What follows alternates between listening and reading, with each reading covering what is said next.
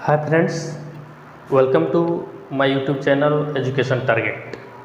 आज मैं फिर एक नया वीडियो लेके आ गया हूँ जो कि संविधान से है, भारतीय संविधान से है। तो कोई भी सिस्टम को चलाने के लिए एक प्रारूप तैयार किया जाता है कि उस सिस्टम को कैसे हम चलाएं, और एक आदमी मिलकर नहीं चला पाता है। उसके नीचे कोई ना कोई आदमी रहता है जिसको जिस क्षेत्र में ज़्यादा नॉलेज होता है उसको वहाँ पे डाला जाता है। वैसे ही मेरा संविधान के साथ हुआ।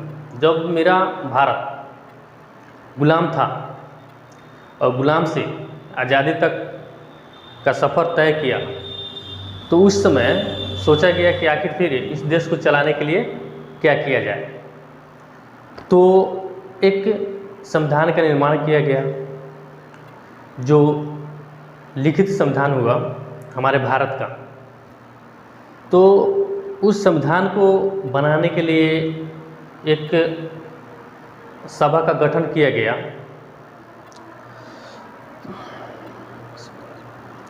तो सभा का गठन किया गया। संविधान सभा का गठन जुलाई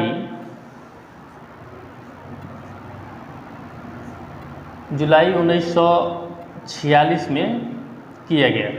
तो ये क्वेश्चन कभी कभी सीधे सीधे पूछ देता है कि संविधान सभा का गठन कब किया गया, ऑप्शन दे देगा। तो जुलाई 1946 में। संविधान को बनाने के लिए बहुत सारे देश से जो अच्छे बात था उसको लिया गया। तो भारत का जो संविधान है लिखित संविधान है और सबसे बड़ा संविधान है, हर देश से बड़ा संविधान है। तो ये संविधान तैयार करने के लिए बहुत सारे व्यक्ति थे जो सबकी सहायता से संविधान तैयार किया गया। तो भारत की पूरा जनसंख्या तो नहीं आ सकता है, इसलिए अपने अपने क्षेत्र से जो बुजुर्ग थे जिसको नॉलेज था वो सारे लोग आए। तो क्या किया गया, उसमें 10 लाख व्यक्ति पे एक सदस्य को चुना गया। एक क्या सदस्य को चुना गया। और ये जो हुआ ये अप्रत्यक्ष रूप से किया गया।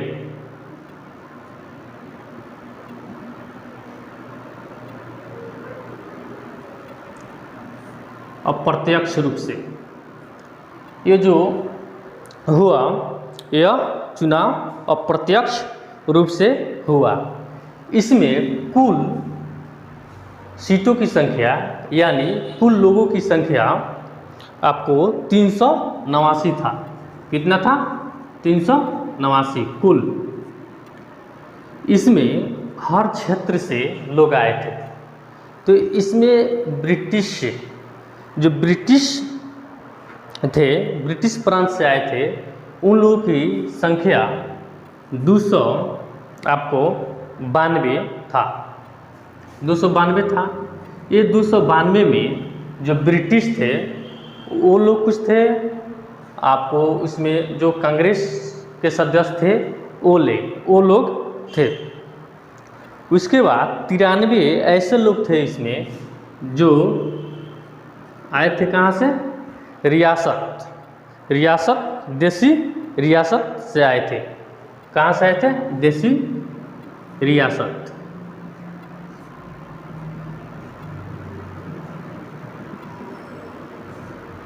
तिरानवे लोग देसी रियासत का मतलब हुआ कि उस समय छोटे छोटे राज्य था। सब कोई चाहता था कि हम अपना एक अलग देश बनाएं या अलग रहें, जैसे उस समय राजतंत्र था। तो वहाँ से 93 लोग आए और 5 लोग आपको चीफ कमिश्नरी। 5 लोग कहाँ से आए? चीफ कमिश्नरी।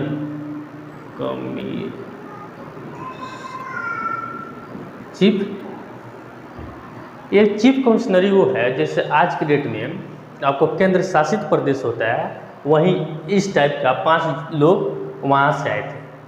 ये पूरे आपको जेंट्स नहीं थे, इसमें कुछ लेडीज़ भी थी लोग, तो लेडीज़ की जनसंख्या आपको 15 था। ठीक है, महिला की जनसंख्या इसमें 15 था। ये हो गया। उसके बाद क्या किया गया, एक सभा का निर्माण हुआ। तो सारे लोग बैठे किस तारीख को, 9 दिसंबर को, 9 दिसंबर 1946 को पहली बैठक हुआ। उसमें एक अध्यक्ष चुना गया कि हाँ, कोई भी काम होता है तो एक अध्यक्ष होता है और सारे सदस्य के रूप में होते हैं। तो अध्यक्ष के रूप में उस समय आपको डॉक्टर सच्चिदानंद,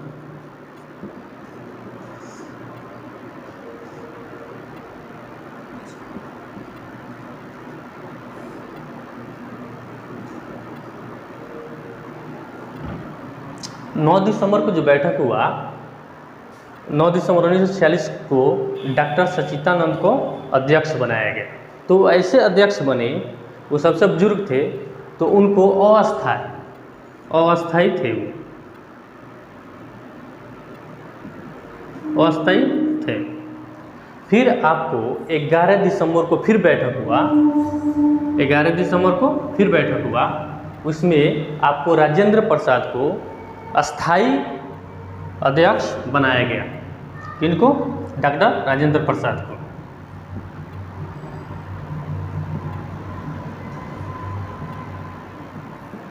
ये थे अस्थाई, ये अस्थाई अध्यक्ष थे। उस समय फिर आपको 13 दिसंबर को पंडित जवाहरलाल नेहरू एक उद्देश्य, पंडित जवाहरलाल नेहरू ने 13 दिसंबर 1946 को एक उद्देश्य प्रस्ताव लेकर आए। तो उस समय उस उद्देश्य प्रस्ताव को अस्थायी रूप से लागू नहीं किया गया, लेकिन 22 जनवरी 1947 को उनका ये प्रस्ताव पारित हो गया। उसके बाद संविधान को चलाने के लिए एक और आपको सभा का गठन किया गया। तो उसमें प्रमुख समितियां बनाया गया कि इस समिति से आप इस समिति को ये चलाएंगे, जैसे अध्यक्ष के ही रूप में। तो संचालन समिति, जो संचालन समिति था,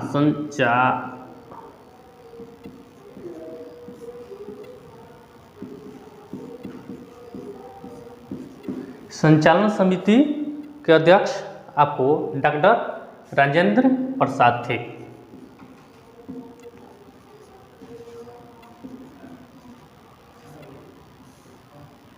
एक समिति तो ये हो गया अस्थायी रूप से। दूसरा समिति आपको संघीय समिति था। तो संघीय समिति जो था,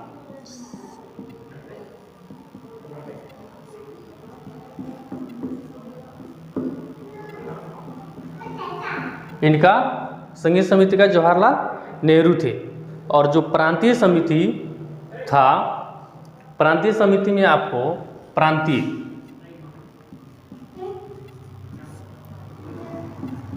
इसका अध्यक्ष आपको वल्लभ भाई पटेल थे।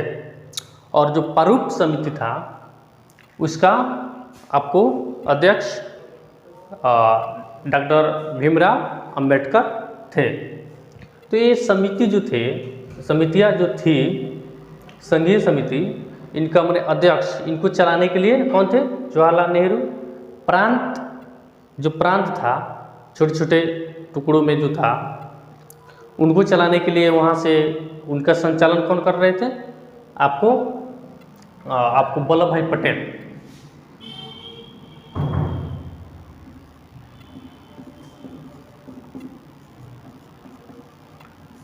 वल्लभ भाई पटेल थे। प्रारूप समिति का आपको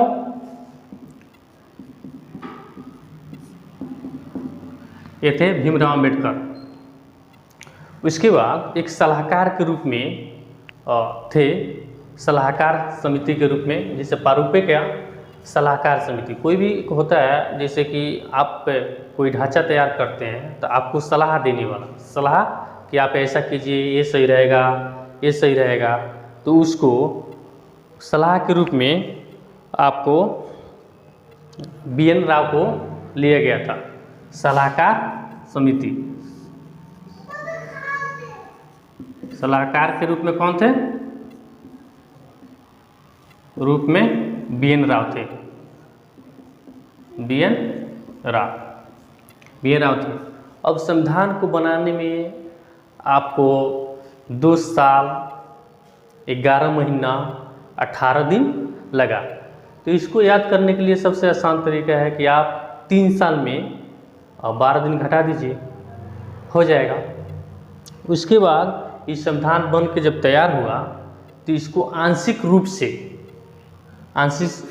से क्या किया गया, लागू किया गया। जैसे 26 नवंबर 1946 को ये लागू किया गया, लेकिन इसको पूर्ण रूप से 26 जनवरी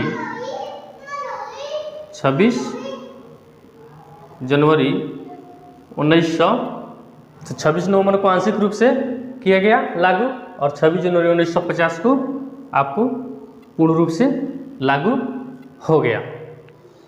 इसमें आपको इसमें कितना भाग रखा गया? भाग 22 रखा गया।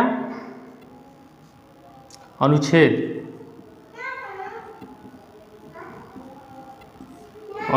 कितना था? 395, और अनुसूचियाँ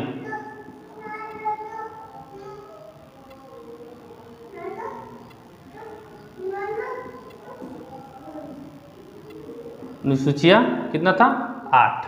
अभी लगभग ये बढ़ के आपको ये 400 तक हो गया है, और इसमें अनुसूचियाँ में 4 अनुसूची और जोड़ा गया है। जैसे संविधान का संशोधन किया जाता है कि और इसमें क्या जोड़ा जाए, तो उस संशोधन के अनुसार आपको अनुसूचियाँ भी बढ़ा, अनुच्छेद भी बढ़ गया।